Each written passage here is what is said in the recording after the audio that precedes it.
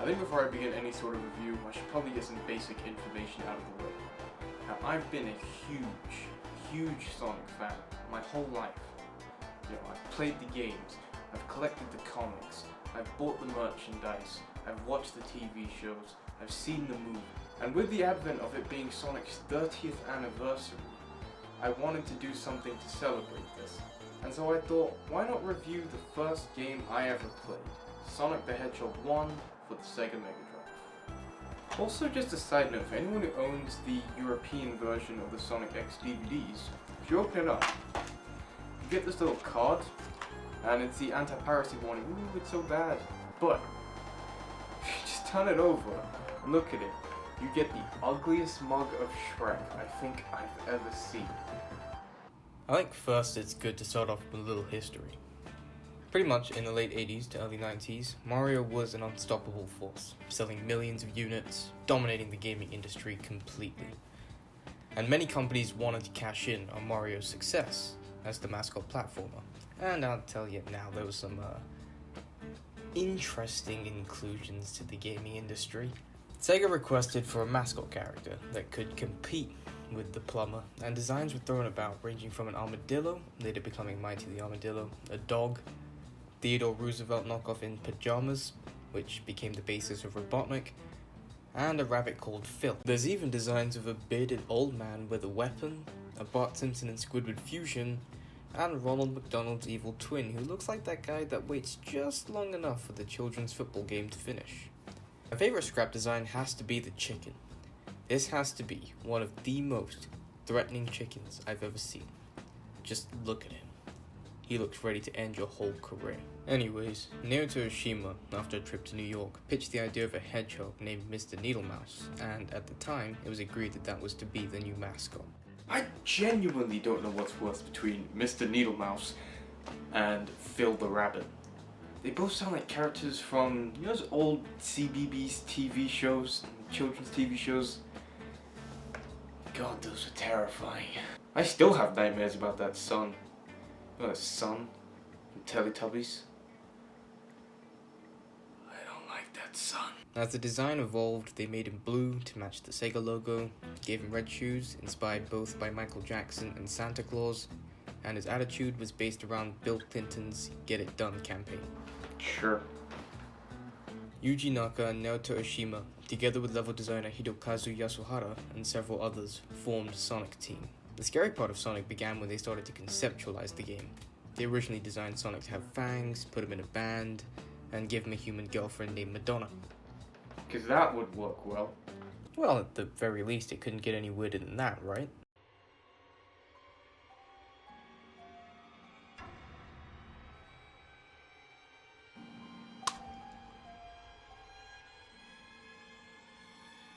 Oh dear God. What the hell is this? This is the stuff of nightmares. What man came up with this? Who hurt him? Let's just take a closer look here. Yeah, you got an exclamation mark, a creepy flying hand with eyes, a walking cannon, a walking hand with 6 fingers, a California Raisins reject with Granbull's face just pasted right on there, a Nightmare from Kirby, and Robotnik in a bee costume. This looks like some sort of half-assed Sonic fanfiction or something. I thank God Sega of America ditched these concepts. Finally, in June of 1991, Sonic 1 was released to the masses and was praised by gamers and critics alike. But that's enough of a history lesson for now. Let's get on to the actual game. As Socrates once said, I want to play some fucking Sonic. The story of the game is pretty simple. As Sonic, you must travel through the different zones, save the animals that are encapsulated in robots, and stop Robotnik from taking over the world with technology and acquiring the 6 Chaos Emeralds. Yes, that's right, there's only 6 in this game, and the 7th is added in the sequels.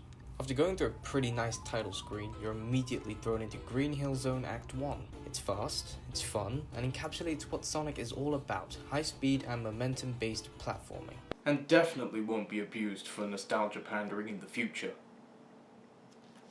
Oh wait. What helps is how Sonic controls.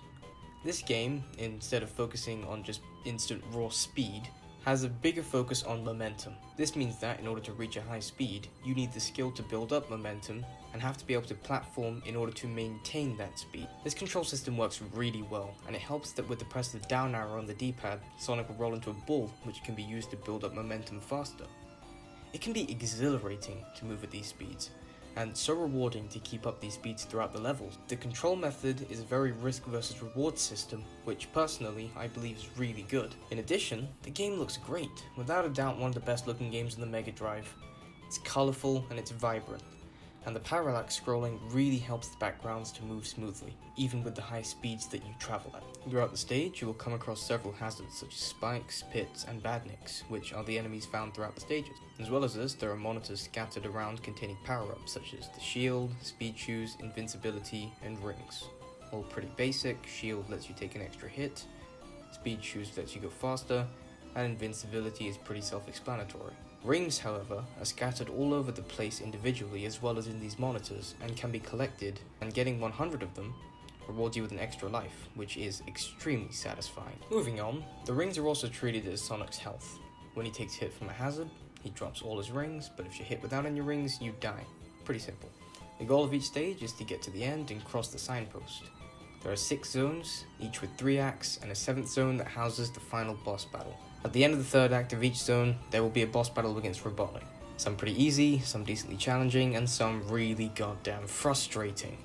And we'll get to that, don't worry. So after beating Green Hill Zone, you move on to Marble Zone, and remember all that high-speed action from Green Hill?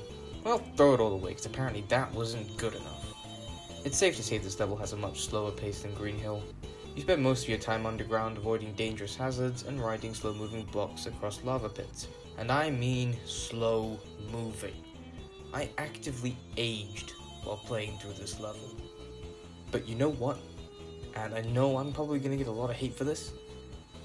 I do genuinely enjoy this level. Still, slow pace and all. And when I was younger and discovered that secret room with the extra life, I felt like a god. But then you also have to ride a block back to the beginning of that level pool to then ride back to the first block where you need to actually go. So yeah, it's a bit of a time waste actually. Also, side note, when I was recording footage of this game, I managed to accidentally pass through the spikes that you're supposed to lift by pushing the green brick onto the button. It was really cool. And I had to do a double take because I'd never done that before. You can see it here, I'm just stunned. Next level, Spring Yard Zone. It's sort of like a mix between the first 2 zones in terms of its pacing. You have parts where you're moving fast, parts where you're riding these slow blocks. It has an aesthetic reminiscent of a pinball machine with bumpers which you can hit for bonus points. Overall, it's a pretty good stage, not much more to say about that. It's just a really nice level. But then there's Labyrinth Zone. Nope.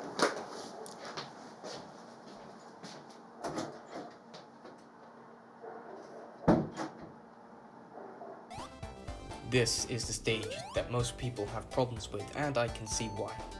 First off, the level is mostly underwater, which means you're going to spend most of the stage moving around slowly because Sonic can't swim. Why can't he swim? Because Yuji Naka thought all hedgehogs can't swim. Of course, hedgehogs can't swim. Hedgehogs don't swim in real life, do they? Oh wait, they actually do. Yeah.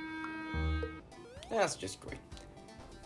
So once again, we're platforming slowly in a game that was primarily marketed to its consumers as being fast-paced and action-packed. Look at these radical colors, huh? Wow, Sonic's fast too. No. But it's not just the water that makes this level bad. No, if it was just the water, this level wouldn't be too horrible, it'd just be slow-paced. But it's the enemies that pop out of the ground, the moving spikes, the fact that you can drown, traps all over the place. It just doesn't work, it doesn't mesh together. Now, you can stop Sonic from drowning by collecting these little air bubbles, but I swear these bastards always had a vendetta against me. Every time I begin to drown, I make my way to these bubbles, and I need the luck of the gods to grab one, but I usually end up dead anyway, so what's the point? Nope. Even the drowning music still gives me PTSD. There are horror games that don't come close to instilling me with the fear and tension that this music gives me. And they're supposed to be scary. See this? They ain't got nothing on this drowning music. And to top it all off, the boss battle here is just plain evil. You're supposed to chase Robotnik up the level, which doesn't sound too bad. But the column that you platform up is littered with those moving spikes, and the water is also constantly chasing you. So you're on a timer, and have to move carefully, but still fast enough so that you don't end up drowning.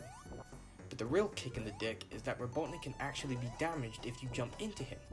So from the very beginning, most people think, especially new players, that you have to hit him 8 times while still getting to the top, when in reality, all you need to do is get to the top. You don't even need to hurt Robotnik at all, and he poses zero threat. You're just following him. Even as a child, I struggled to beat this level, to the point where sometimes it was as far as I could get in the game before losing all my life. And this game doesn't have a save system like in Sonic 3.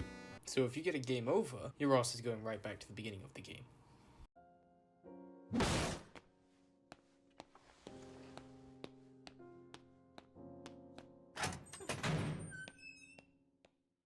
Luckily, the next zone, Starlight Zone, is excellent.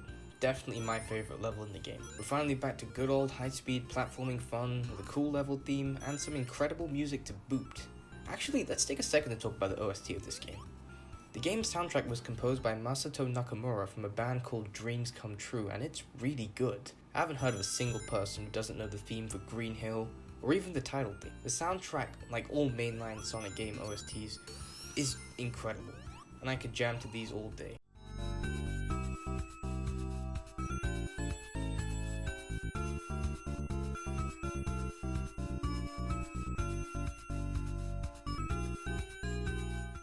And if any of you have heard T. Lopes' remixes of these, my god.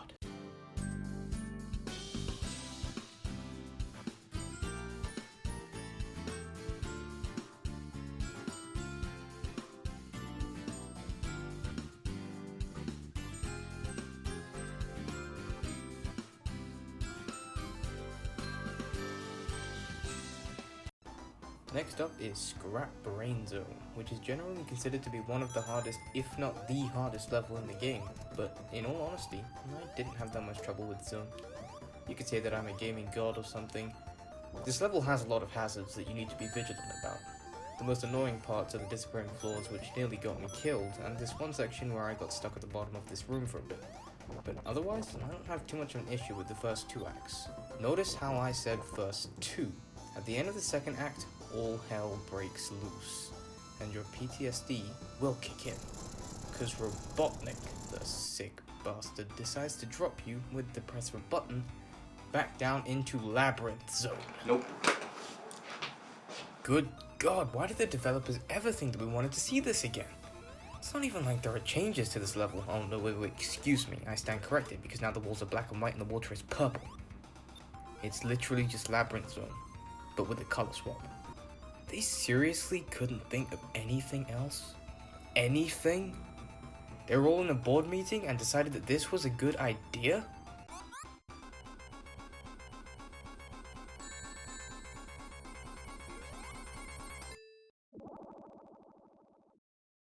Whatever, I'm so close to the end anyways. Let's just move on to the final zone, which is called Final Zone. Well, at least it's straight to the point. It's here that we have our final face-off against Robotnik, in which we have to avoid the laser balls and hit him when he appears from one of those capsules. The catch is that you have no rings, which makes this difficult because a single hit and you're done. And usually by this point of the game you don't have that many lives to begin with. After defeating the Doctor, he flies off to the side and you can hit him again if you want. Oh no, you ain't getting away that easily, you bastard. Upon completion of the game, a small cutscene plays with Sonic running in Green Hill with the freed animals and... well, shit. So I should probably address the Chaos Emeralds now. At the end of Act 1 and 2 of the zones, if you finish with 50 rings or more, a giant ring will appear that you can hop into to enter a special stage. There's just one issue with these special stages I have. This tiny, little, minuscule, little issue. Look at it! My god, it's like an acid trip. I hope you like seizures, because this game comes pre-packaged with them. These stages, along with coming with a free migraine, are where you can collect the emeralds. They are located in an area in the center of a bunch of blocks that you must break through. The control here barely exists. You can influence Sonic's direction of movement and jump, but the level is always rotating. You can change the direction of rotation by hitting these bumpers, but other than that, you are at the level's mercy. This level makes you its bitch. I should probably also point out that in each special stage, there are rings scattered all over the place, similar to the main levels, but one of these rings is a continue ring, which if you collect will give you a continue. On top of that, there are areas all over the place that say goal, and this may be the only time where getting to the goal is a bad thing.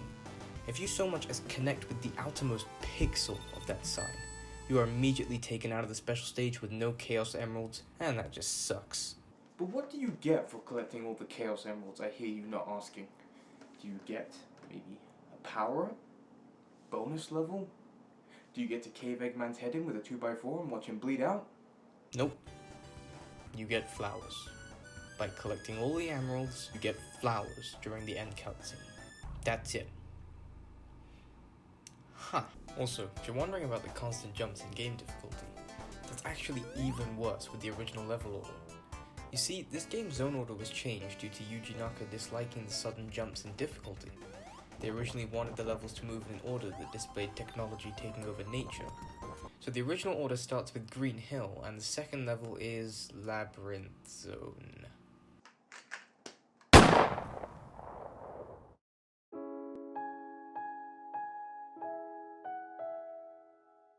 So overall, is this a bad game?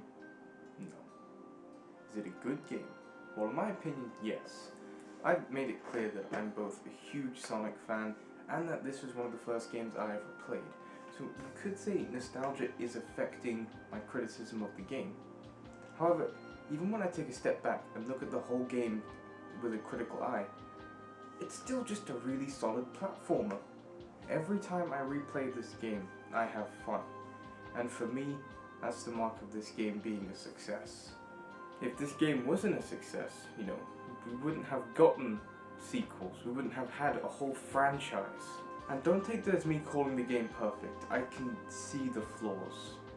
The more I've played this game since my childhood, the more the flaws have become apparent. I've harped on about Labyrinth Zone and the special stages enough.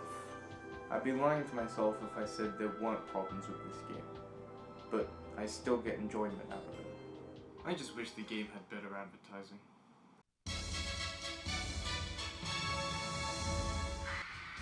God, what is this? In the very end, this game did exactly what Sega had hoped for. It established a mascot platformer that could finally compete with Mario. A mascot platformer that finally made Nintendo turn their heads. A mascot platformer that started one of the most legendary gaming rivalries in history. And with all these points in mind, I give this game my final rating of 7.5 out of 10. It has its issues, I can see that. And especially playing it now compared to when I was younger, the flaws have become more apparent. However, for me at least, the good far outweighs the bad. The tight control, beautiful visuals, good level design outside of Labyrinth Zone, and the soundtrack, for me, all work well in tandem to create a very solid experience. And you know what? It only got better from here on out.